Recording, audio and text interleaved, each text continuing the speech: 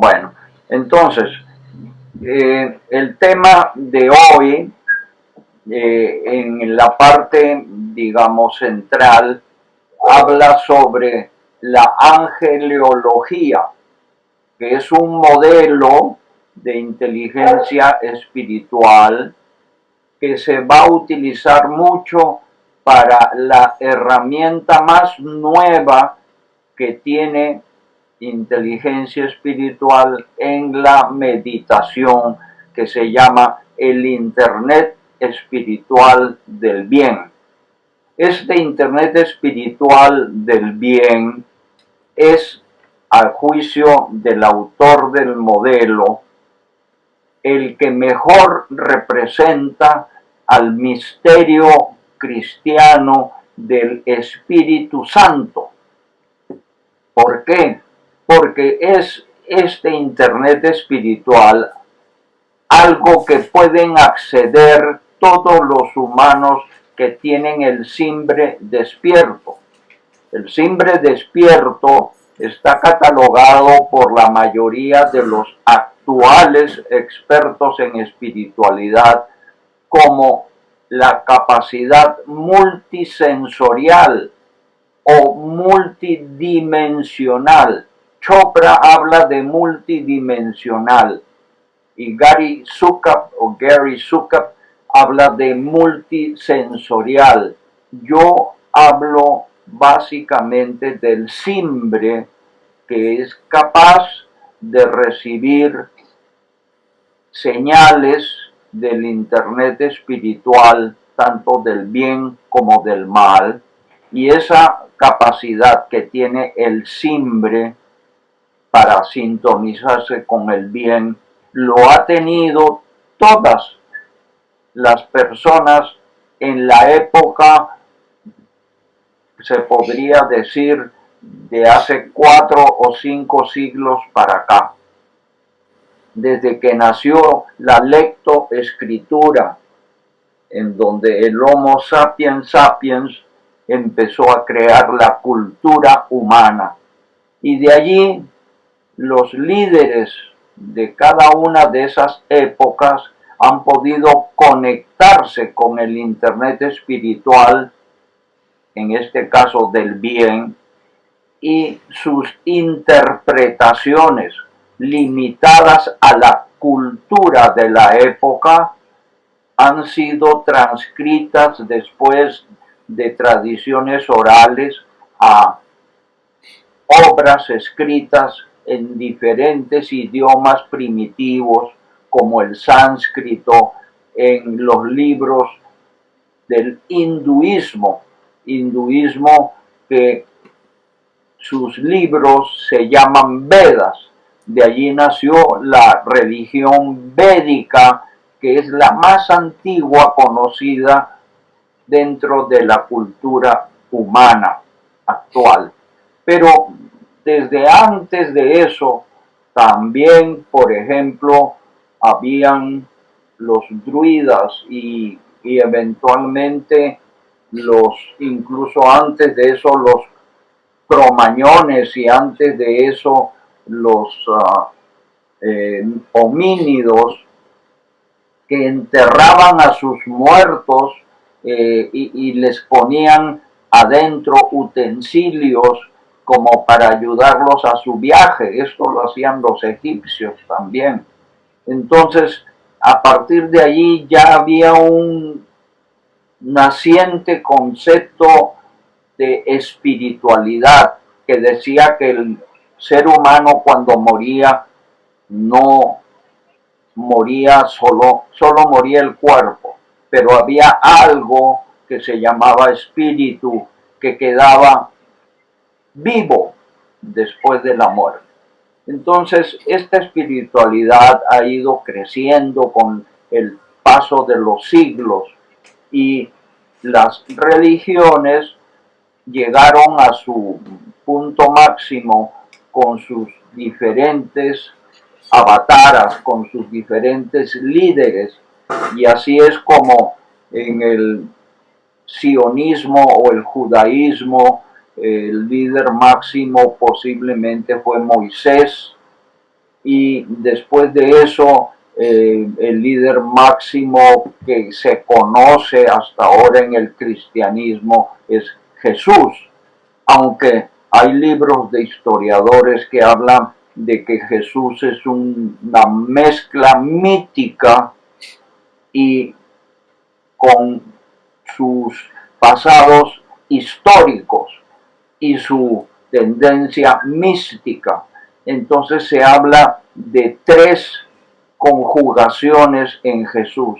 El Jesús mítico de los mitos, el Jesús místico de su gran tendencia espiritual, multisensorial o multidimensional, con capacidades de sanar y de curar, que actualmente todavía se llaman milagros, pero que no son milagros, porque el milagro es algo que transgrede las leyes universales y no hay ningún fenómeno que pueda hacer caso omiso de la inexorabilidad de las leyes espirituales. Por lo tanto, los milagros, mal llamados milagros, tienen y tendrán con el tiempo cada vez mejor explicación. Así las cosas, para inteligencia espiritual, lo que más vale de Jesús es sus enseñanzas históricas, o sea, sus parábolas y sus leyes que dio. ¿Por qué? Porque él pudo entender que las leyes del judaísmo, de los fariseos y de todas las otras religiones secundarias del judaísmo solamente seguían a Moisés, y los 10 mandamientos de Moisés no eran suficientemente completas. Los 10 mandamientos de Moisés hablaban más que nada para hacer que el hombre pudiera perpetuar la cultura a través del núcleo de la familia y de los hijos. Pero no se habla en los 10 mandamientos de nada que no sea Dios y la familia. Entonces, ¿qué pasa? Que, por ejemplo, cuando se habla de una ética de moral basada en valores y en virtudes, la mayoría de los valores que no son familiares, que no tienen que ver con la familia, esos valores no existen en los 10 mandamientos. ¿Por qué? Porque la ética de los valores que crea después la moral tiene mucho que ver con la cultura que se desarrolla a través del tiempo. Y en la época de Jesús, él todavía heredó la cultura primitiva que traía de los antiguos, del Antiguo Testamento, que a través de profecías los profetas interpretaban los mensajes que se recibían del internet espiritual del bien, pero que tenían que ser interpretados y transmitidos con mente de aquellas épocas, con mentes relativamente muy primitivas con respecto a la cultura actual. Por esa razón, incluso los evangelios son a veces muy difíciles de entender. Yo que estoy haciendo comentarios, a veces encuentro unos pasajes de evangelios que verdaderamente son difíciles, tan difíciles que el propio sacerdote, amparado por el grupo que lo asiste, no son capaces de hacer una prédica directa al contenido del Nuevo Testamento, al contenido de los evangelios en este caso, y se pegan en otro tipo de enfoques más fáciles. Entonces, ahí me doy cuenta que el mismo Jesús hablaba en una manera muy, se podría decir, a través de parábolas, hablaba de una forma bastante difícil a veces de entender. Y, y eso daba pie a que mucha gente se alejara de la Biblia porque era incomprensible.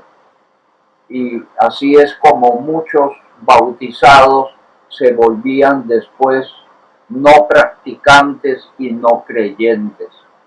Bueno, toda esta introducción creo yo que nadie más la puede hacer por ahora.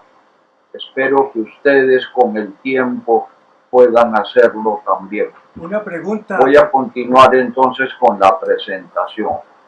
Una pregunta, Petronio. Sí, adelante. Faltó un Jesús. Usted dijo que había un Jesús místico, un Jesús mítico, pero faltó uno. ¿Cuál es el otro Jesús? Y el tercer componente es el Jesús histórico. Ese Jesús histórico es el que ha dado el legado a través del Nuevo Testamento, pero hay que tomar en cuenta que Jesús nunca escribió nada, sino que ese Nuevo Testamento es una recopilación oral que dieron los apóstoles y que después fueron escritos principalmente, casi en su totalidad, en griego de aquella época, el griego koiné, porque Jesús hablaba arameo y todos los discípulos hablaban arameo. Tal vez el único que hablaba griego era Pablo, con su apóstol llamado Lucas. Y obviamente ellos fueron apareciendo después de la muerte de Jesús. Por lo tanto, ni Pablo ni Lucas conocieron directamente a Jesús. Entonces, de allí nace el tercer tipo de Jesús, el Jesús histórico, que viene de tradiciones orales a escribirse en el Nuevo Testamento con todas las probabilidades de que se hayan adosado, adicionado una cantidad de elementos de conocimiento que, aunque hoy se consideran intocables y sagrados, parece que en sus orígenes eran